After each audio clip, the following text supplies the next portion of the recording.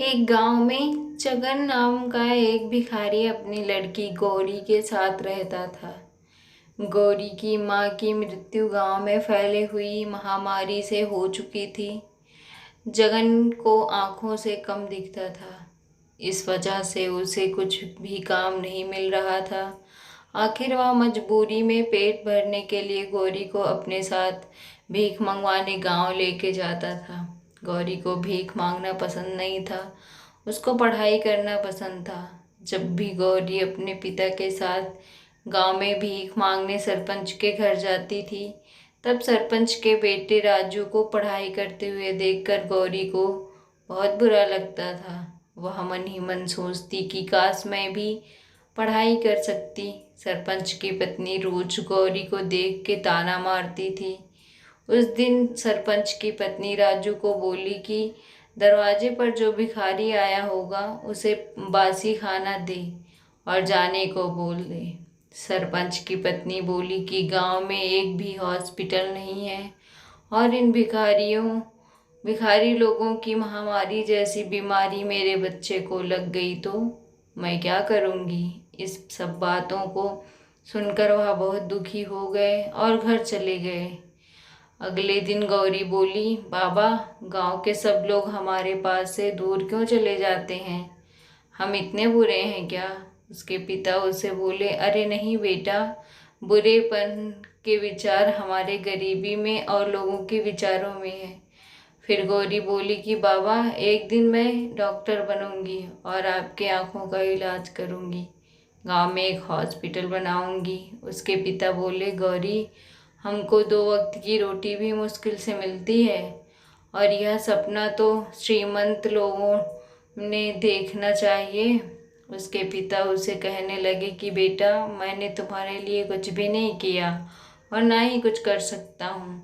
उसी वक्त एक औरत ने बाहर से गौरी को आवाज़ लगाई और कहने लगी कि गौरी, आज मेरा शौचालय तुम साफ कर दोगी तो मैं तुम्हें 5 रुपए भीख में दूंगी।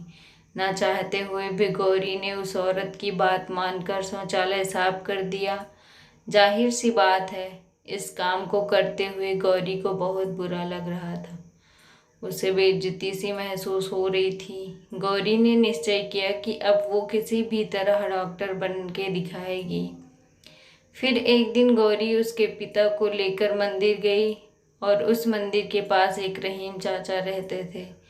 गौरी उसके पिता को रहीम चाचा के पास छोड़कर आई। कुछ दिन खुद खिलौने बेचकर पैसे कमाने लगी। एक दिन गौरी गांव की शिक्षिका रेणु दीदी को मिली और गांव की सरकारी स्कूल में पढ़ने के लिए जाने लगी। रोज गौरी स्कूल में से आकर खिलौने बेचकर पैसे कमाती और अपने पिता को भी संभालती। गौरी रात रात भर पढ़ाई करके स्कूल में अच्छे मार्क्स ला के पास होने लगी। यह सब देख सरपंच की पत्नी और गांव वाले आश्चर्यचकित हो गए। वह सब गौरी और उसके पिता जगन से जलने लगे। सरपंच की पत्नी सोचती है कि यह भिखारी लड़की कैसे पढ़ाई करके डॉक्टर बनती है, मैं भी देखती हूँ। गौरी हर साल अच्छे मार्क्स लाकर पास होने लगी और रेणु दीदी उसे पढ़ाई में मदद करने लगी। धीरे धीरे साल बदल गया और गौरी अब बड़ी हुई और उसने अपनी मेहनत से पढ़ाई पूरी की। आगे डॉक्टर की शिक्षण और आगे कॉलेज में एडमिशन लेने के लिए उसने एग्ज़ाम दिए और उस एग्ज़ाम में गौरी टॉपर बनी।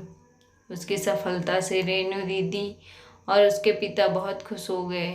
गौरी उसके पिता को बोली, बाबा, मुझे स्कॉलरशिप मिली है। पर गौरी को आगे की पढ़ाई के लिए दूसरे शहर में जाना पड़ रहा था। गौरी उदास हो गई। रेणु दीदी उसे कहने लगी कि गौरी, तू टेंशन मत ले, मैं इधर सब संभाल लूँगी। तू शहर जाकर डॉक्टर बनकर वापस आ। रेणु दीदी ने बाप की जिम्मेदारी ले ली, इसलिए वो निश्चिंत होकर पढ़ाई करने के लिए चली गई। बहुत समय बीत गया पर गौरी की कोई खबर नहीं आई। कुछ साल बाद गांव में फिर से महामारी की समस्या आई। कई गांव वालों के साथ गौरी के पिता और सरपंच का लड़का राजू भी महामारी के चपेट में आ गए और शहर जाकर हॉस्पिटल में भर्ती हुए। पर कई दिनों से वहाँ डॉक्टर ही नहीं आए थे। सब उदास होकर भगवान से प्रार्थना करने लगे। अचानक एक नर्स उधर आई और बोली, आपको चिंता करने की कोई ज़रूरत नहीं है, क्योंकि सरकार की तरफ से शहर की सबसे बड़ी डॉक्टर इनका इलाज करने आ रही है। ये खबर सुनकर गांव वाले बहुत खुश हो गए। हॉस्पिटल के सामने बहुत बड़ी कार आकर रुकी और उसमें से एक डॉक्टर नीचे उतरी। तब गांव के सरपंच ने उस डॉक्टर का माला पहनाकर स्वागत किया। जब डॉक्टर उनके पास आई तो सब आश्चर्यचकित हो गए। वह डॉक्टर कोई और नहीं तो वही लड़की थी जिसे वो भिखारन गौरी के नाम से जानते थे।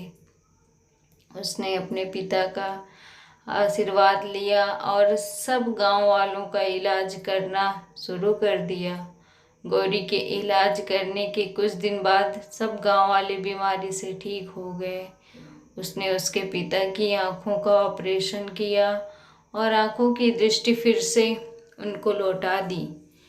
गौरी की मेहनत से वह सब गांव वाले उस बड़ी बीमारी से बच गए। वैसे ही सरपंच और गांव वाले आपस में चर्चा करने लगे। गौरी उस पर उन्होंने जाकर अत्याचार किए थे, उस पर उन्हें पछतावा होने लगा। सबने गौरी से माफ़ी मांगी और माला पहनाकर उसके नाम का जय जयकार किया। यह दृश्य देखकर गौरी के पिता को उस पर गर्व महसूस हुआ।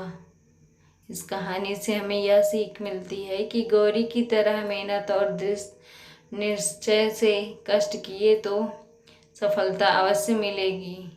जिस तरह कमल भी कीचड़ में ही खिलता है, लेकिन उसके गुणों के कारण भगवान के सिर पर स्थान पाता है। हमें भी हमारी परिस्थितियों और संसाधनों की कमियों के कारण जीवन में पीछे नहीं हटना चाहिए। एक अच्छा लक्ष्य निर्धारित कर उसके लिए जान से मेहनत करनी चाहिए।